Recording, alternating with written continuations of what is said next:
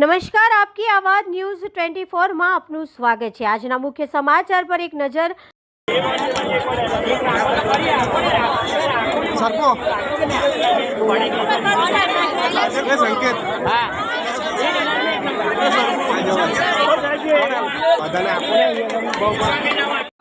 अरे सुपर 5 दिवस है भारत देश ने चलावा बधा भेगा थया छे।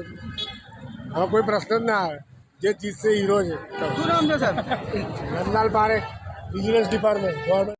ખરેખર જે વકીલો બધા સારા છે એ ચૂંટાઈ આવે એવી અમને એક અપેક્ષા છે અને બધા વકીલોએ પોતાના અધિકાર માટે આ ઇલેક્શનમાં વોટિંગ કરવું જોઈએ।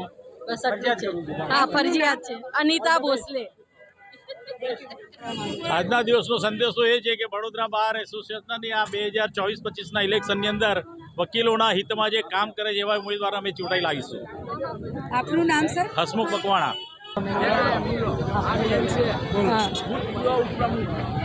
Sir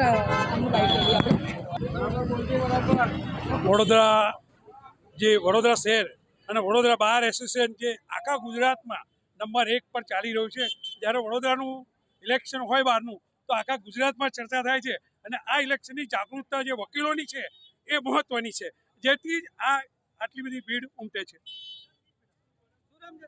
Vishnu Limbachiya, advocate.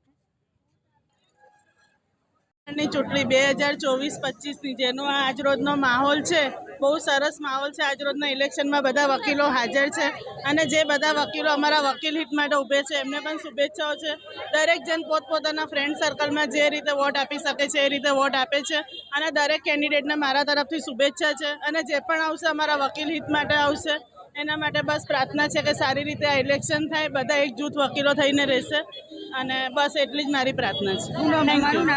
મારું નામ પ્રીતિ આર ફુલવાણી। હું છેલ્લા 2013થી વડોદરા મંડળમાં પ્રેક્ટિસ કરું છું। મારી ક્રિમિનલ તથા સિવિલ પ્રેક્ટિસ બેઉ જ છે અને અમારા તે બધા જ વકીલો આજે બહુ જ આમ મોજમાં છે। એક આમ પ્રસંગ જેવો માહોલ થઈ ગયો છે અને સારી રીતે ચૂંટણી થાય એ મારી પ્રાર્થના છે। Thank you. ચૂંટણી આટલી સરસ રસપ્રદ રીતે થાય છે એટલે ખૂબ આનંદ થાય છે અને અમે બધા વોટ આપવા માટે આવીએ છીએ લોકશાહીનો બચાવ કરવા માટે।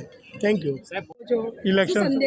ઇલેક્શન બહુ સારી રીતે થાય છે અને વ્યવસ્થા બહુ સારી છે। ઘરડા માણસોને જલ્દીથી સુગમતા મળે છે અને I wish success to everyone who is contesting the election.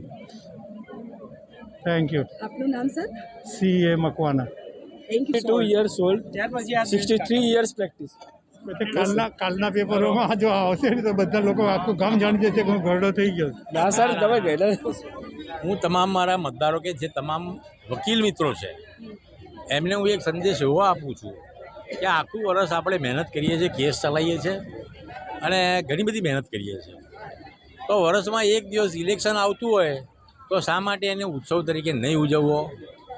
મારો સંદેશ એ છે કે જ્યારે પણ મતદાન થાય ને ચૂંટણી આવે ત્યારે તમે ચૂંટણીલક્ષી ધ્યાન તો રાખજો, પરંતુ સાથે સાથે એને ઉત્સવ તરીકે મનાવજો।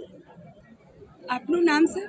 હું Nalin Patel, Baroda bar association president, bar council of ગુજરાતના એક્ઝિક્યુટિવ કમિટીનો ચેરમેન। Thank you sir.